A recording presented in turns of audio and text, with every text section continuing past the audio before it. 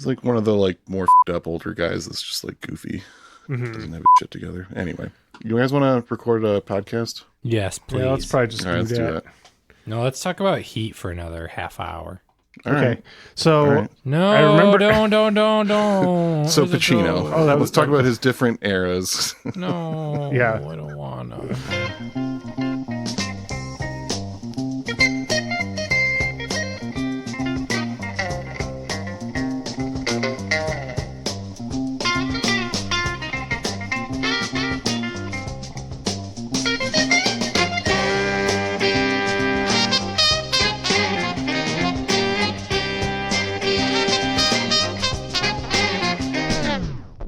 Welcome to I'd Buy That for $1, a podcast about inexpensive, common, and underappreciated records that are waiting to be rediscovered.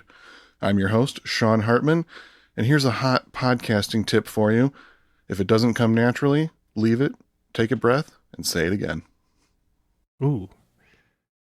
Didn't know we were a life coach podcast now. We do it all. I'm co-host Jeremy.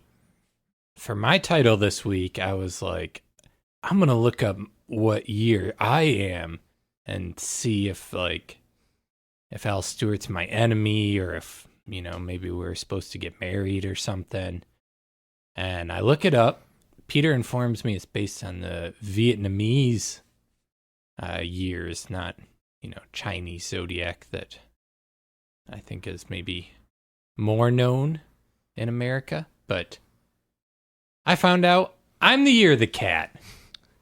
Whoa. Whoa, it's you. Yes. This is your album. This is your year. Yeah. I'm so vain. This album is probably about me. Yeah, I think so. You can come back to that in some way when we feature a Carly Simon album too. Yes. I am co-host Peter Cook, and Sean, Jeremy, I think this is the beginning of a beautiful podcast. Okay, I like that. Let's do it. I wouldn't call this a beginning. This episode. Okay. Because we've been doing this podcast for a little while. Yeah, I mean, throw that all out the window, though. That was like the intro. We were just kind of building up steam, trying out a few things. Podcast starts now. Right here, right now. Yeah. If people haven't figured it out already, we're talking about the album Year of the Cat by Al Stewart from the year 1976, released in the United States on Janus Records. How about we just get into a song before we go any further, guys? You know what? That sounds great. Yeah, let's get into a song before we go any further, guys. That seems familiar. Is there an echo in here?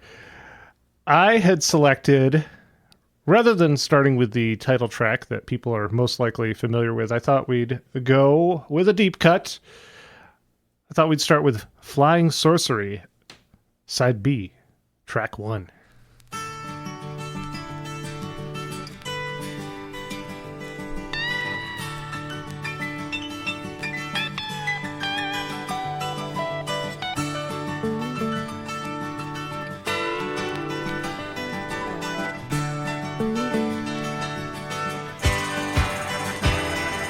With your photographs of Kitty Hawk and the biplanes on your wall, you were always Amy Johnson from the time that you were small.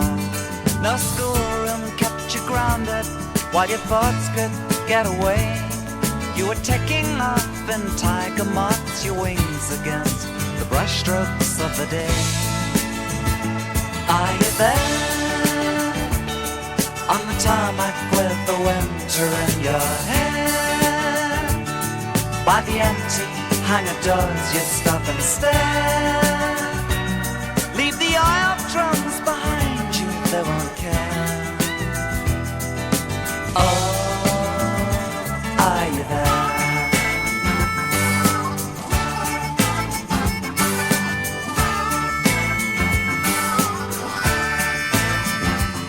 Oh, you wrapped me up in a leather coat and you took me for a ride. We were drifting with the tailwind when the runway came in sight. The clouds came up to gather us and the cockpit turned to white. When I looked, the sky was empty. I suppose you never saw the landing lights. Are you there? In your jacket with the grease stain and the tear, caught up in the slipstream of the dam. The compass roads will guide you anywhere. Oh, are you there?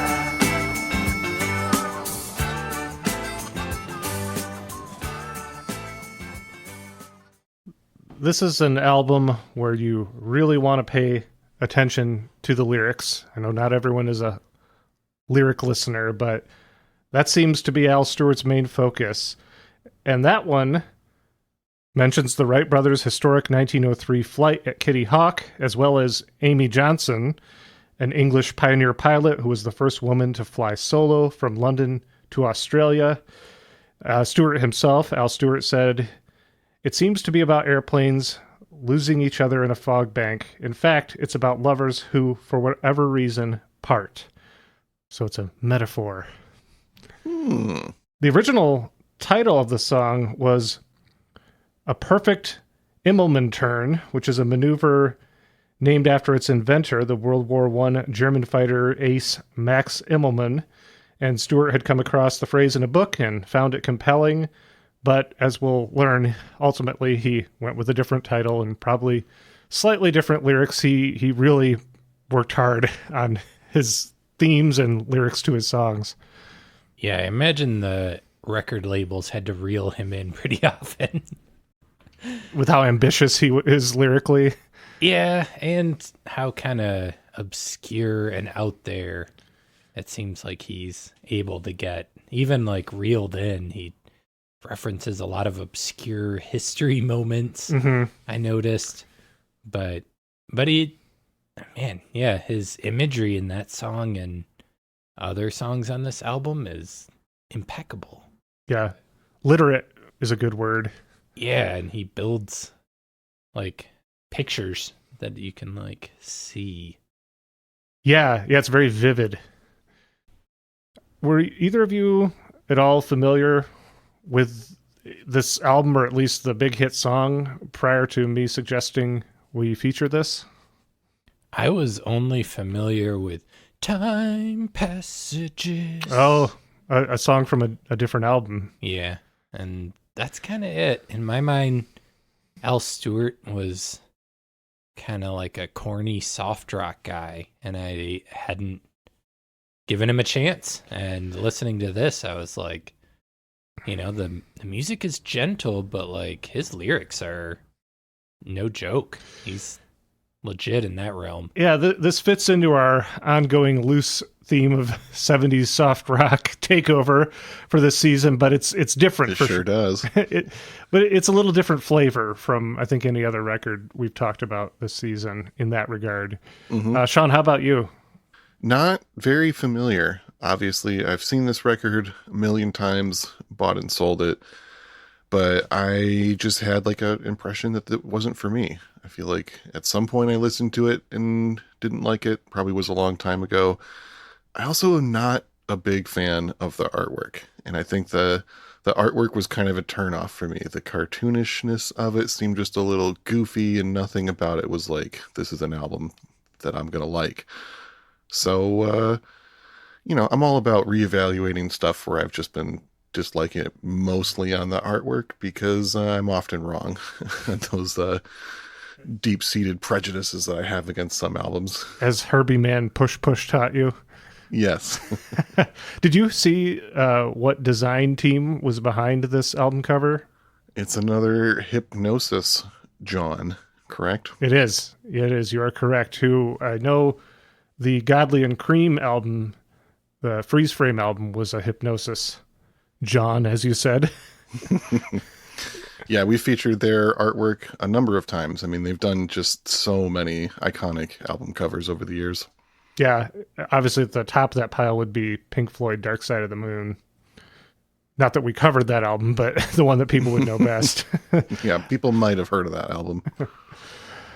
I grew up with the title track from this. My mom really likes that song. And I remember she had a cassette, and I'm not positive whether it was this album or if it was like a collection. I don't remember hearing most of these other songs much, but they all sound a little bit familiar to me. I've had this album for a few years. I was gifted it, and I've listened a handful of times, but I thought it would be a fun one to dive into more. And it's supposed to be a real state-of-the-art production. Like, this is one that people would test on the hi-fi to demonstrate speakers. I could see that. Yeah. Impeccable production. Yeah. And I've been enjoying it. This probably isn't for everyone, this album. He has I would say his voice is an acquired taste. I think he himself, Al Stewart, is aware of that, as we'll discuss more.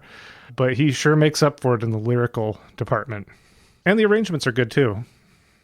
Yeah, it was musically more interesting than I expected, based on my stereotype in my mind of what he was like. I actually realized who he reminds me of while listening to this a lot the last few days, and that would be Robin Hitchcock. Oh, wow. Oh, yeah, that makes sense. Huh. Of course, Robin Hitchcock is coming from a little more of a punky side than I think Al Stewart would have been. Yeah, I love Robin Hitchcock. I guess now that you're saying that, I could see that lyrically. Even lyrically, too, vocally and lyrically. Yeah. Yeah, I noticed a few times when Al gets spirited, he kind of sounds like Bowie a little bit. Oh, yeah? Yeah, I found that interesting.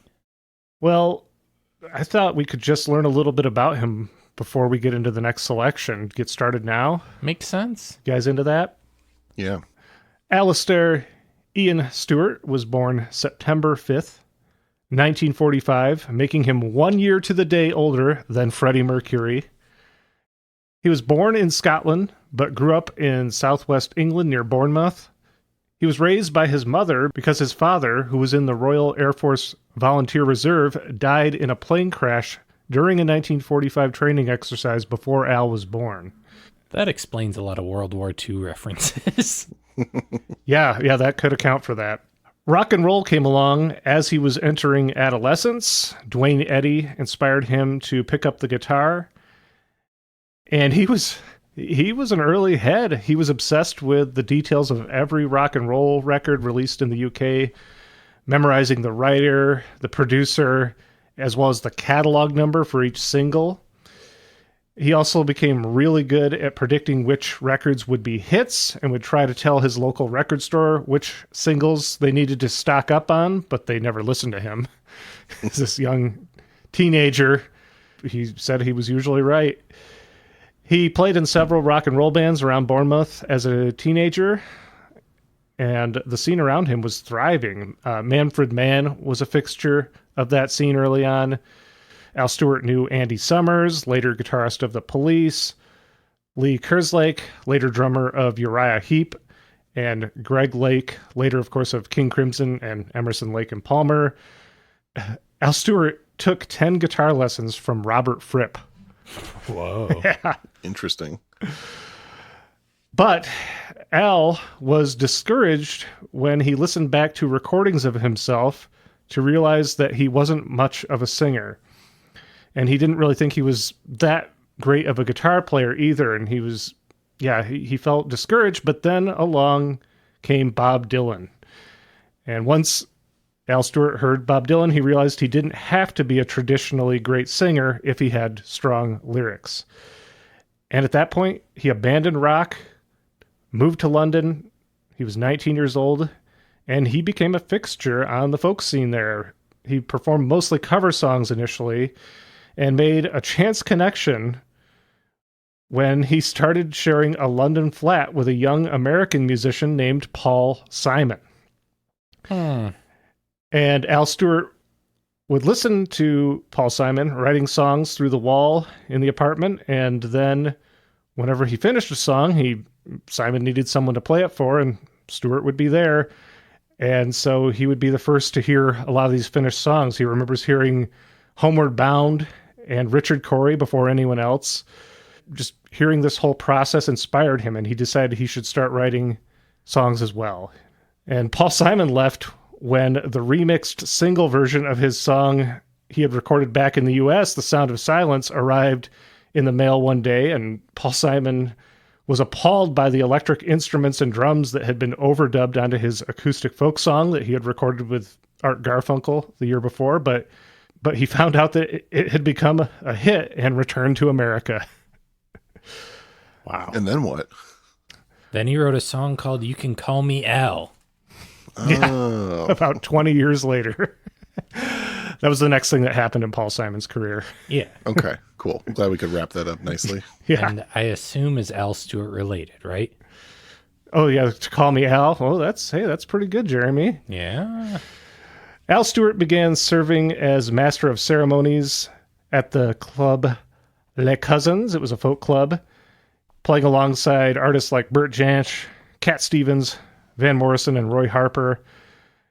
And meanwhile, his professional recording career began with an appearance playing some guitar on Jackson C. Frank's self-titled debut album produced by Paul Simon in 1965. And the following year, Al Stewart released a single on Decca Records of an original song on the A-side and a Yardbirds cover on the B-side. He then signed with CBS Records, which is the UK division of Columbia. And his debut album, Bedsetter Images, was released in 1967. His second album, Love Chronicles, released in 1969, featured Fairport Convention as the backing band. They were under pseudonyms in the liner notes. And on one song, he had half of Led Zeppelin backing him. By 1972, he had released a total of 4 albums with critical acclaim, but not much commercial success.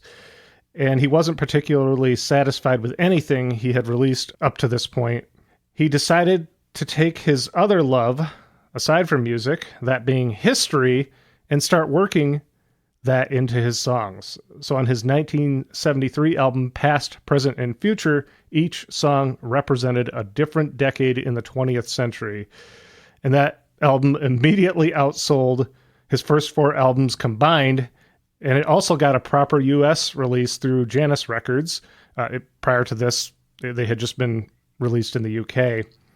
It reached number 133 on the Billboard Rock Album charts and received a lot of play on college radio stations. Al Stewart would say that at this point, he viewed his first 4 albums as an apprenticeship and the 5th one as a thesis statement. So the next song we're going to feature is a good example of this approach to writing, incorporating history.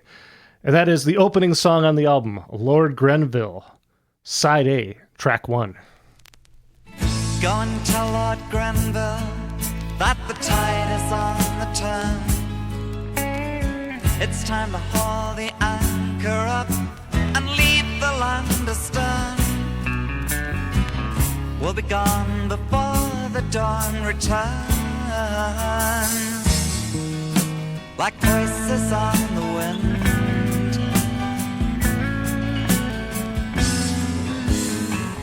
Go and tell Lord Grenville that our dreams have run aground. There's nothing here to keep us in this shanty town. None of us are caring where we're bound, like voices on the wind.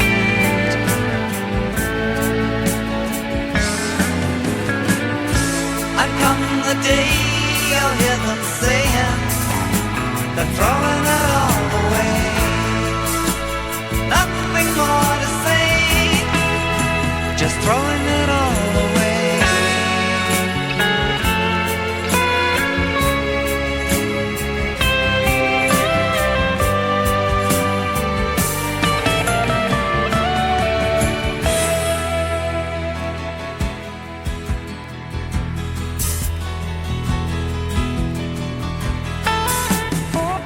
Go and fetch the captain's log and tear the pages out. We're on our way to nowhere now, can't bring the helm about. None of us are left in any doubt, we won't be back again.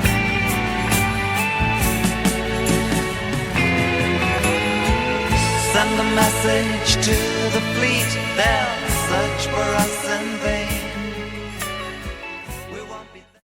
Yeah, the story of the song really drags you into it. That's what I kept noticing with this. If you give the lyrics your attention, he'll pull you in. If you're just kind of like listening half-heartedly in the background, I feel like it just kind of fades into the background. It doesn't grab you. But yeah, he's a master narrative teller as well as kind of building imagery with his lyrics. So I thought that was cool because normally when I hear history things in songs, I kind of cringe unless it's serving like a direct metaphor pretty obviously. Yeah, he makes it work. That one is about Sir Richard Grenville, an English explorer who sailed to Roanoke Island in what is now North Carolina in 1586 to fortify a colony established by Sir Walter Raleigh. And he left behind 15 men who disappeared, and Roanoke became known as a lost colony. So the song is written from the perspective of the 15 men who were left behind and know their end is imminent. You can definitely hear the David Bowie comparisons on that track as well, especially Space Oddity era. Yeah, definitely. So after the success of Past, Present, and Future, Al's next album was Modern Times, which was lighter on historical references, stuck more to storytelling in the songwriting, just more general storytelling. It made the top 30 in the U.S. album charts and was his first to be produced by Alan Parsons. We'll talk a little bit more about Alan Parsons in a moment, but Al Stewart on the Modern Times tour landed a spot opening for Linda Ronstadt on a North American tour. And during a sound check at Cincinnati, Ohio, he noticed the keyboardist in his band, Peter Wood, playing a really striking and catchy line, a really pretty melody line. And after hearing it, he asked if he could write words to the notes that Peter Wood was playing, and Wood said sure, and Wood was given a co-writing credit on the song. Originally, when Al Stewart put together the lyrics for the song, he called it Foot of the Stage, and it was about the late British comedian Tony Hancock. When he sent it, he was trying to break through to the American market at this point, and when he sent it to the American record company Janus, they told him they had never heard of Tony Hancock, but loved the music and asked if he could write it about something else. And it just so happened that Al Stewart's girlfriend at the time had a book of Vietnamese astrology, and it was open to a chapter in there called The Year of the Cat. And he saw that and thought, well, that's a song title. And he was one of those people always on the hunt for a song title. And he then saw Casablanca on television and started to write lyrics in the second person about a love affair with allusions to the classic film Casablanca. So he set it in Morocco in 1975, the Year of the Cat. Al Stewart felt that it was too long and too cumbersome to have any commercial potential, so he put it at the end of the album. Then when he was in America promoting the record, he was driving down Sunset Boulevard and Year of the Cat came on the radio. After it was over, he changed the station, and only to hear it on another station. And he realized, oh, this is a hit in the United States, and he decided right then and there to move to Los Angeles. That song was never a hit in the UK, and he decided that was a sign that he needed to move to America. And it was a big hit. It hit number 8 on the US Billboard Hot 100. And for those not familiar, I think we should go ahead and play Year of the Cat at this point. We'll say before we do that for a radio hit, this has some incredibly long instrumental passages in it. The song is just over 6.5 minutes long, and I think somewhere in the area of 4 minutes are instrumental. So we're going to dive in right when he gets to the first verse. So this is Year of the Cat, Side B, Track 4.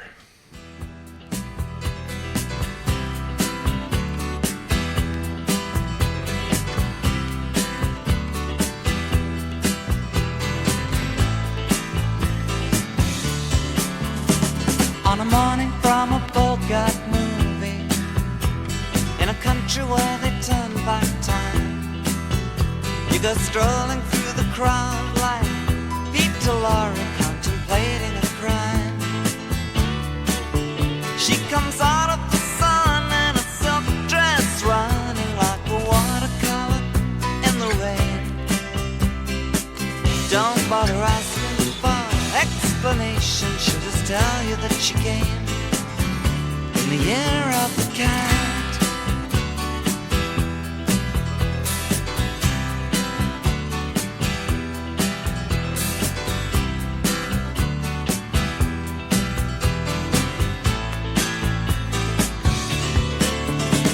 She doesn't give you time for questions as she locks up your arm in hers, and you follow till your sense of which direction completely disappears.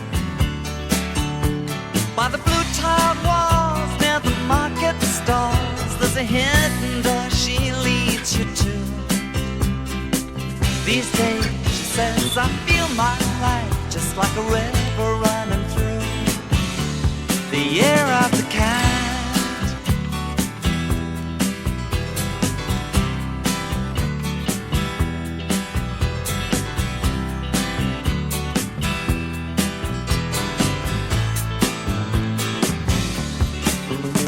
She looks at you so coolly, and her eyes shine like the moon in the sea. She comes in incense and patchouli, so you take her to find what's waiting inside the year of the cat.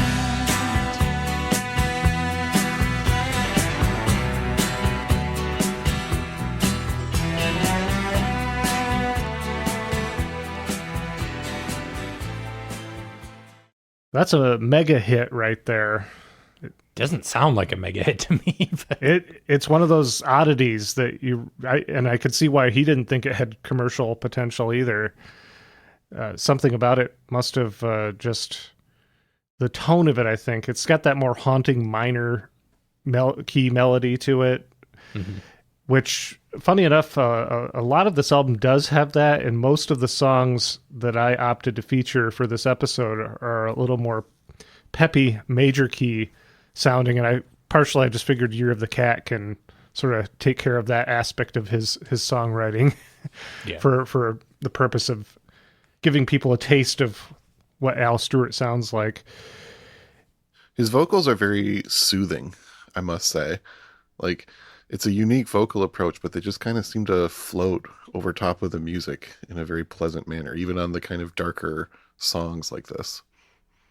that's the part I haven't fully been won over on, to be honest. The vocals are like too gentle to me. Like I want them to be like telling the story rather than like reading the story, but it's not his style. There were apparently some instances where Alan Parsons had to make him do takes over and over and over to hit the right notes, in some cases for 2 hours, because they were going for perfection, and that wasn't necessarily, singing just wasn't Al's wheelhouse.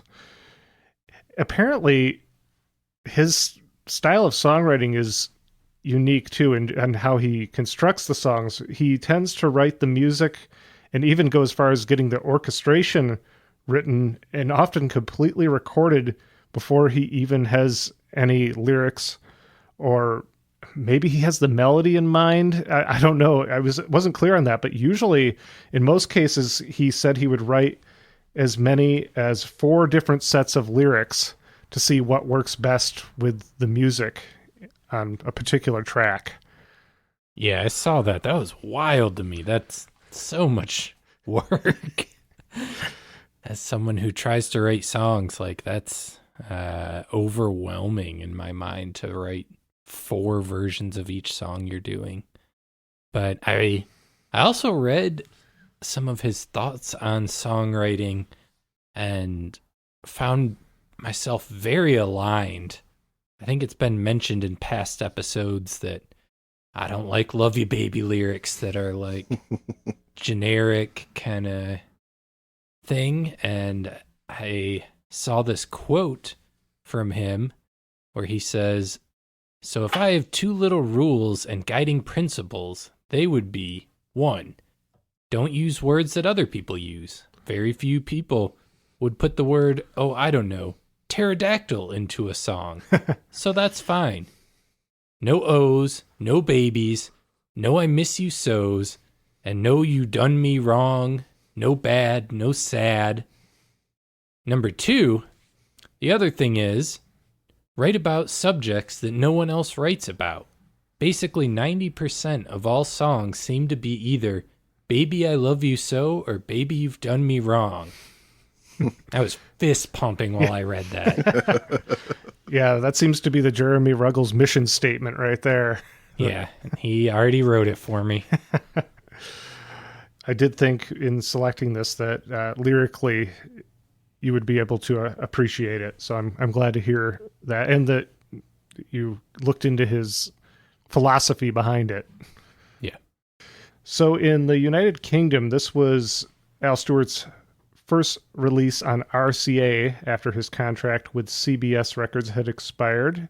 It was still on Janus in the United States, and it was recorded at Abbey Road Studios in 1976, where the producer Alan Parsons had first worked at the age of 19 as an assistant under George Martin on 2 Beatles albums. He was also engineer on Pink Floyd Dark Side of the Moon, once again, an album people may have heard of. That was also recorded at Abbey Road. When Alan Parsons and Al Stewart met, Parsons told him that he was trying to get into production work. As previously mentioned, they had worked together on Al Stewart's previous album, Modern Times. This was their second one together. The orchestral arranger was Andrew Powell. The bassist, George Ford, and the drummer, Stuart Elliott, had played together in the glam rock band Steve Harley and Cockney Rebel. That's the name of the band. Stuart Elliott would soon become Kate Bush's preferred drummer, playing on her first 5 albums and hits like Wuthering Heights, Babushka, Running Up the Hill, Hounds of Love, and Cloud Busting, just to name a few big ones. Keyboardist Peter Wood, the one who co-wrote Year of the Cat, he has worked with Cyndi Lauper, Bob Dylan, Lou Reed, and Joan Armatrading. He was on the Joan Armatrading album that we talked about a few years ago. Guitarist Tim Rennick has played with Elton John, Pink Floyd, and Eric Clapton, among others. So that's just a few of the people involved in making the very smooth sounds on this record. Yeah, I can see why it's a production feat with ace players. Yeah, and this was right around the time that Alan Parsons was getting the Alan Parsons Project started. So I believe they only did one more album together before Alan Parsons became very consumed in his own solo work. Al Stewart's popularity waned in the 1980s, but he has continued to record and tour. His most recent studio album was Sparks of Ancient Light in 2008, and he released his third live album, Uncorked, in 2009. He's touring the United States right now through the summer, so if you like this and you want to go see Al do it up live, and you live in the U.S., he might be coming to a town near you. Look it up.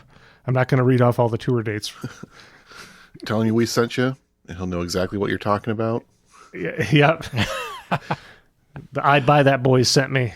Mm-hmm. Yeah, you can go to the ticket windows and just drop our names, and you'll get free tickets. That's a promise. Yeah. And that's all I really have on Al Stewart. So, Sean, I know you weren't really familiar with this album, but it's possible that you were able to think of a few recommended similar albums written about zodiac signs. It's possible. Yeah. I intend to pick up a copy of this record for myself soon and spend some time with it. I think there's something here. I'm interested.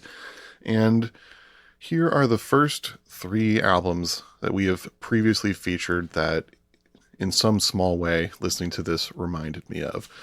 The first one, especially similar with the unique vocal approach, Buzzy Linhart's Pussycats Can Go Far from 1974.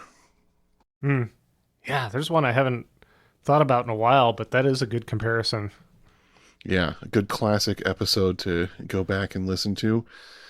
Another one that I thought was maybe just a little bit more of a stretch, but at times on here, I thought I heard just a little bit of Beatles influence, which made me think of the episode we did on Emmett Rhodes' Self-Titled from 1970. Yeah. Oh, yeah. You've said two that were not the one that I immediately thought of our previous episodes, but You want me to name the third, and then you can see if I thought of it at all? yeah, Okay. I'm excited now, but you did well in the first two. They just weren't what I expected. Okay, all right. Well, here's the third one.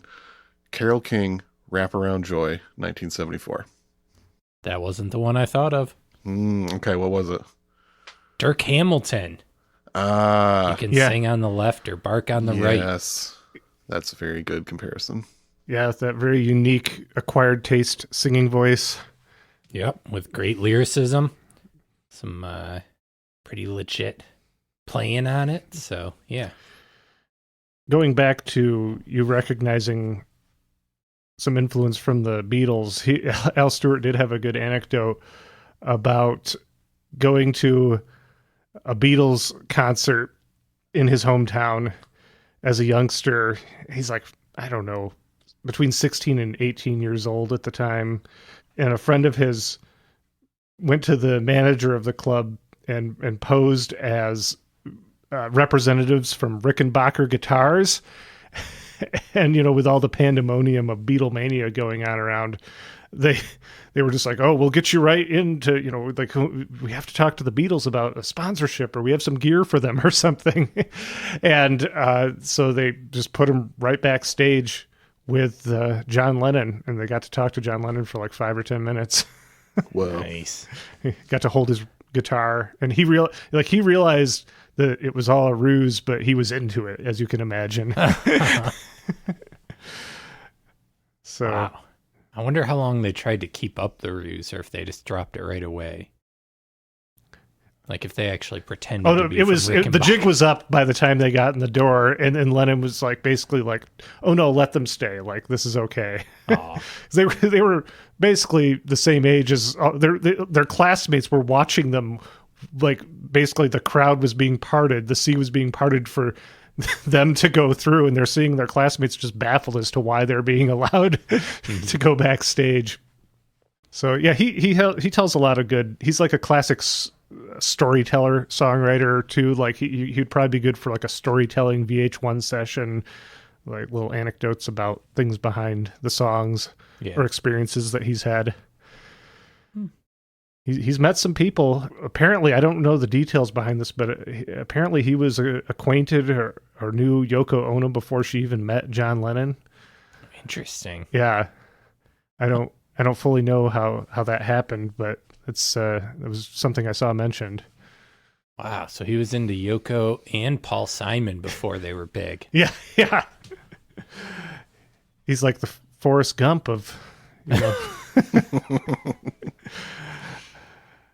Year of the Shrimp. Yeah, exactly.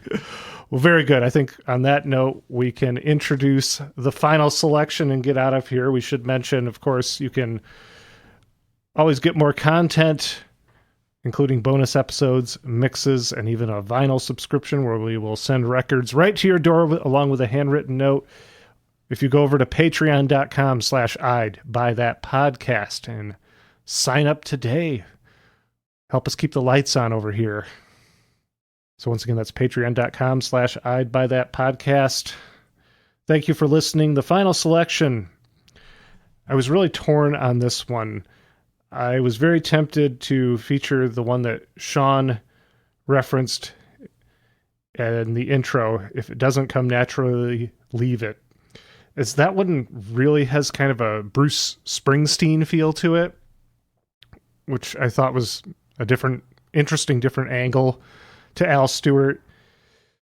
But the one that I ended up landing on kind of does too. Sand in Your Shoes. He said it was his attempt at writing a folk rock song like Bob Dylan, and I think it gets a little bit like The Boss too. So that's what I thought we would get out of here on Sand in Your Shoes. Is there anything else to say, fellas? I got nothing. Sean? Nothing. Nothing. Just got some sand in your shoes. Mm-hmm. Thank you for listening to I'd Buy That for $1. My name is Peter Cook. My name is Jeremy Ruggles. And I'm Sean Hartman. Sand in Your Shoes, Side A, Track 4. Track 4. Track 4.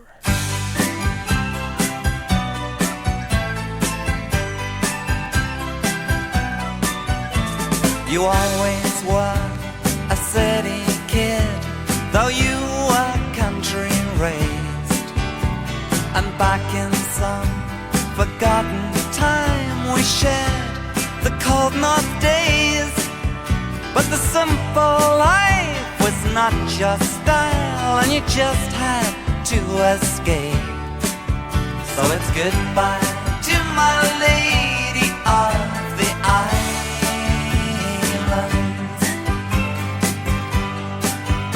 On Remembrance Day, the bands all played, the bells pealed through the park, and you lay there by the do not signs and shamed them with your spark. Now winter moans in old men's bones as the day falls into dark. And it's goodbye to my lady of the island.